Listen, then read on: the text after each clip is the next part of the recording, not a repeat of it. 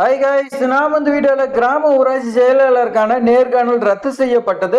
அதுக்கு முன்னாடி மதுரை நீதிமன்றத்தில் ஒருத்தர் பார்த்தீங்கன்னா நிறைய பேர் வழக்கு தொடுத்திருந்தாங்க. அந்த வழக்குக்கு பார்த்தீங்கன்னா மதுரை நீதிமன்றம் கொடுத்துருக்கு, அதிரடி தீர்ப்பு பார்த்தீங்கன்னா ஒன்று கொடுத்துருக்கு. அதோட வழக்கு விவரம் தான் நாம் இப்போ பார்த்தீங்கன்னா லைவாக பார்க்க போகிறோம். அடுத்து எப்போ நேர்காணல் வரும் நாம் பார்த்தீங்கன்னா எதிர்பார்த்துக்கிட்டு இருக்கோம். ஸோ இந்த வீடியோவில் பார்த்தீங்கன்னா உங்களுக்கு கேஸோட விவரம் பார்த்தீங்கன்னா எல்லாமே நான் சொல்கிறேன். வாங்க ஒன் பை ஒன்னாக நாம் பார்க்கலாம். அதுக்கு முன்னாடி நம்மளுடைய சேனலை பார்த்தீங்கன்னா சப்ஸ்கிரைப் பண்ணி வச்சுங்க. ஏன்னா உங்களுக்கு நிறைய அப்டேட், யாருமே சொல்லாத அப்டேட்ல நம்மளுடைய சேனல்ல பார்த்தீங்கன்னா நம்ம சொல்லிட்டு இருக்கிறோம். உங்களுக்கு பார்த்தீங்கன்னா தெரியும். ஸோ அதனால நீங்க சப்ஸ்கிரைப் பண்ணி வச்சிருந்தீங்களா நீங்க தெரிஞ்சுக்கலாம். இந்த வீடியோ பயனுள்ளதாக இருக்குதுன்னு நினைச்சீங்களா ஒரே ஒரு லைக் பண்ணிக்கங்க. இப்போ வாங்க வீடியோவா பார்க்கலாம். இந்த கோர்ட் கேஸோட நகல் பார்த்தீங்கன்னா இந்த மாதிரி தான் இருக்கு. இது எல்லாமே பார்த்தீங்கன்னா உங்களுக்கு இங்கிலீஷ்ல இருக்கு. நான் பார்த்தீங்கன்னா தமிழ்ல டிரான்ஸ்லேட் பண்ணி உங்களுக்கு நான் பார்த்தீங்கன்னா சொல்றேன். ஏன்னா இங்கிலீஷுங்கும் போது என்ன நம்ம சொல்ற வரனே உங்களுக்கு தெரியாது. வீடியோ பார்த்தீங்கன்னா கொஞ்சம் லென்த்தா பார்க்கும், கொஞ்சம் பொறுமையா பாருங்க. அப்பதான் பார்த்தீங்கன்னா இந்த கேஸோட விவரம் என்னங்கிறது நமக்கு தெரியும். எந்த கோர்ட்ல கேஸ் போட்டிருக்காங்கன்னு பார்த்தீங்கன்னா மெட்ராஸ் உயர் நீதிமன்றம் மதுரை பெஞ்சு மதுரை கிளையில் தான் போட்டிருக்காங்க. எப்ப போட்டிருக்காங்கன்னா 10/12/2025 போட்டிருக்காங்க. இந்த கேஸ் யார் எடுத்திருக்காங்கன்னு பார்த்தீங்கன்னா நம்மளுடைய மாண்புமிகு நீதிபதி பி புகழேந்தி அவங்க தான் பார்த்தீங்கன்னா இந்த கேஸுக்கான தீர்ப்பு கொடுத்திருக்காங்க. 2025 கேஸ் நம்பர் கொடுத்திருக்காங்க. இந்த கேஸ் யார் போட்டாங்கன்னு பார்த்தீங்கன்னா ஒரு லேடிஸ் தான் பார்த்தீங்கன்னா போட்டிருக்காங்க. சுகன்யாங்கிறீங்க தான் பார்த்தீங்கன்னா போட்டிருக்காங்க. அவங்க யார் மேல கேஸ் போட்டிருக்காங்கன்னு பார்த்தீங்கன்னா ஊரக வளர்ச்சி மற்றும் பஞ்சாயத்து ராஜ் துறை ஆணையர் அவங்க மேல பார்த்தீங்கன்னா தமிழ்நாடு அரசு மேலேயும், அதே மாதிரி மாவட்ட ஆட்சியர் திண்டுக்கல் மாவட்ட ஆட்சித்தலைவர் அவங்க மேலேயே பார்த்தீங்கன்னா கேஸ் போட்டிருக்காங்க. என்னன்னு கேஸ் போட்டிருக்காங்கன்னு பார்த்தீங்கன்னா இந்திய அரசியலமைப்பு பிரிவு 226 கீழ் தாக்கல் செய்யப்பட்ட ரிட் மனு. இந்த மனு பார்த்தீங்கன்னா ஒரிஜினல் பெட்டிஷன் பார்த்தீங்கன்னா போட்டிருக்காங்க. இந்த நீதிமன்றம் சான்றளிக்கப்பட்ட ஆணை பிறப்பிக்குமாறு 5/12/2025 அன்று பிரதிவாதியால் ஆன்லைனில் வெளிப்பட்ட குற்றச்சாட்டப்பட்ட கடிதத்தின் பதிவுகளை கோரவும், அதை ரத்து செய்யவும். அதன் விளைவாக மனுதாரர் நகல் எண் ஒரு நம்பர் கொடுத்து பார்த்தீங்கன்னா கிராம பஞ்சாயத்து செயலாளருக்கான பதிவுக்கான தேர்வு செயல்பாட்டு பங்கேற்க அனுமதிக்குமாறு பிரதிவாதிகளுக்கு உத்தரவிடுமாறு கேட்டுக்கொள்ளப்படுகிறது. இவங்க எந்த மாதிரி கேஸ் போட்டிருக்காங்கன்னா அவங்களுக்கு நேர்காணல் வரல. அந்த நேர்காணல அட்டன் பண்றதுக்கு இவங்களுக்கு பார்த்தீங்கன்னா உத்தரவிட சொல்லி கவர்மெண்ட்டுக்கு பார்த்தீங்கன்னா திண்டுக்கல் மாவட்ட ஆட்சித்தலைவருக்கும் அதே மாதிரி தமிழக அரசு பார்த்தீங்கன்னா இவங்க கேஸ் போட்டிருக்காங்க. மொத்தம் பார்த்தீங்கன்னா 8 பேஜ் இருக்கு. நம்ம பார்த்தீங்கன்னா ஒன் பை ஒன்னா பார்க்கலாம். ஃபர்ஸ்ட் பேஜ் நம்ம பார்த்தோம்னா அடுத்த பேஜ் நம்ம பார்க்கலாம். வாங்க. மேல பார்த்தீங்கன்னா மனுதாருக்கு குருநாதங்கிற வக்கீல் தான் பார்த்தீங்கன்னா ஆஜராயிருக்காங்க. அதே மாதிரி நமக்கு பார்த்தீங்கன்னா கூடுதல் தலைமை வழக்கு கவர்மெண்ட் வக்கீல் பார்த்தீங்கன்னா வெங்கடேஷ்குமார் பார்த்தீங்கன்னா அவங்க பார்த்தீங்கன்னா ஆஜராயிருக்காங்க. அடுத்து மனுதாரர் ஒரு ஆதரவற்ற விதவை, மிகவும் பிற்படுத்தப்பட்ட சமூகம், சீர்மரபினர் சமூகத்தை சேர்ந்தவர். நல்லா நோட் பண்ணிக்கங்க. அவங்க பார்த்தீங்கன்னா ஒரு ஆதரவற்ற விதவைன்னு சொல்றாங்க. அதே மாதிரி பின்தங்கிய வகுப்பினர், அதாவது பிற்படுத்தப்பட்ட வகுப்பினர் சொல்லி கொடுத்துருக்காங்க. அவங்க 9/10/2025 தேதியின் அறிவிப்பின்படி அவர் கிராம பஞ்சாயத்து செயலாளர் பதவிக்கு விண்ணப்பித்தார். எல்லாருமே பார்த்தீங்கன்னா 9/10/2025 வெளியாச்சு நோட்டிபிகேஷன் எல்லாமே விண்ணப்பிச்சோம். சரி, அடுத்து தமிழ்நாடு கிராம பஞ்சாயத்து செயலாளர் பணிக்கு நிபந்தனைகள் விதிகள் 2023 படி தேர்வு செயல்முறை நடத்தப்படவில்லை என்ற குறையுடன் மனுதாரர் இந்த ரிட் மனு தாக்கல் செஞ்சுள்ளார். அவங்க என்ன சொல்லியிருக்காங்கன்னா 2023 ஏற்கனவே நடத்தப்பட்ட அது மாதிரி பார்த்தீங்கன்னா தேர்வு நடத்தப்படலாம், இது புதுசா இருக்குன்னு சொல்லி பார்த்தீங்கன்னா கேஸ் போட்டிருக்காங்க. இது பார்த்தீங்கன்னா 2025 லாஸ்ட் 2026 வரும்போது கவர்மெண்ட் பார்த்தீங்கன்னா அவங்க எப்படி வேணாலும் நடத்துவாங்க. ஸோ அதை பார்த்தீங்கன்னா நாம இங்க முடியாது, கவர்மெண்ட்டுக்கு ஏற்ற மாதிரி தான் நாம மாறிக்கணும். அதே மாதிரி மனுதாரருடைய வழக்கறிஞர் பார்த்தீங்கன்னா என்ன சொல்லியிருக்காங்க பார்க்கலாம். மனுதாரின் வழக்கறிஞர் பொறுத்தவரை தமிழ்நாடு கிராம பஞ்சாயத்து செயலாளர் விதிகள் 2023 இந்த விதிப்படி பார்த்தீங்கன்னா 3/2 மேற்கோள் காட்டி கிராம பஞ்சாயத்து செயலாளர் திறந்த போட்டி ஆற்றல் சேர்ப்பு செயல்முறையை மூலம் தேர்ந்தெடுக்கப்படுவார்கள் என்று அரசாங்கத்தால் உத்தரவிட்டபடி தேர்ந்தெடுக்கப்படுவார்கள் என்று சமர்ப்பித்தார். இந்த வழக்கில் முறையான திறந்த போட்டி ஆற்றல் சேர்ப்பு செயல்முறை ஏற்றுக்கொள்ளப்படவில்லைன்னு சொல்லி கொடுத்திருக்காங்க. இவங்க என்னதான் சொல்ல வராங்கன்னா 2023 விதிப்படி நடத்தப்படவில்லை அப்படின்னு பார்த்தீங்கன்னா சொல்லியிருக்காங்க.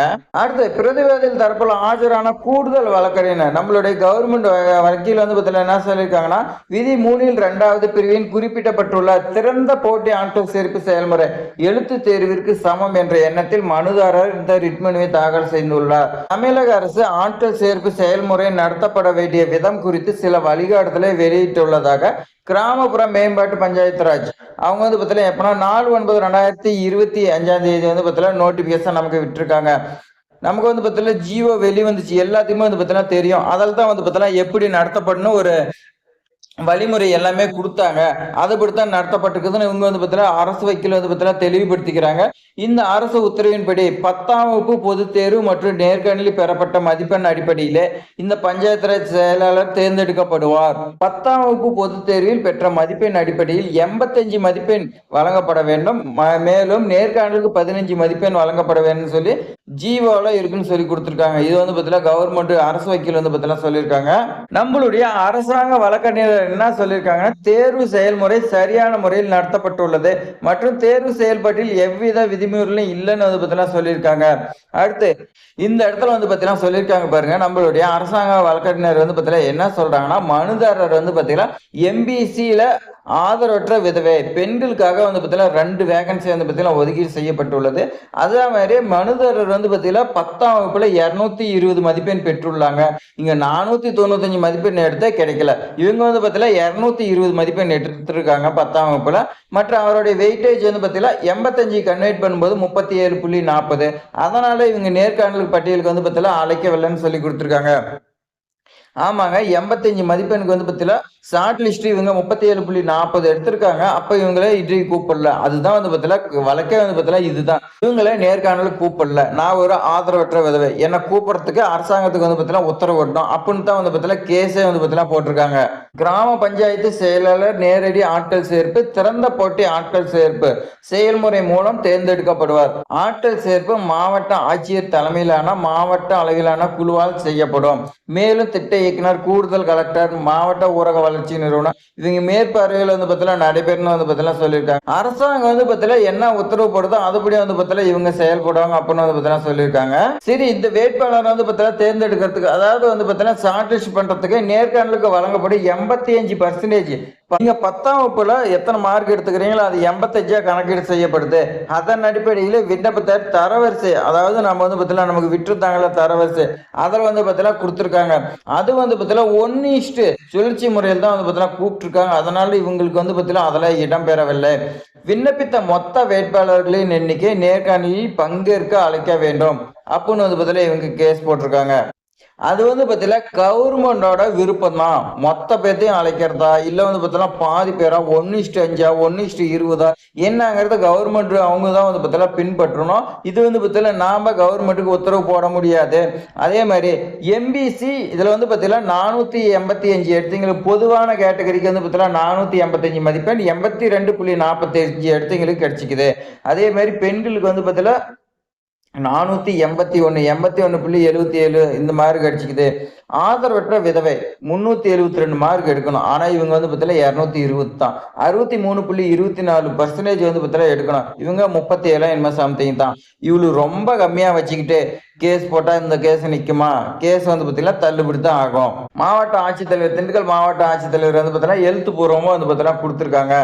அடுத்து, மேற்கூறிய கருத்தில் கொண்டு இந்த நீதிமன்றம் இந்த ரிட் மனுவை ஏற்றுக்கொள்ள விரும்பவில்லை. அதனால் இந்த ரிட் மனு தள்ளுபடி செய்யப்படுகிறது.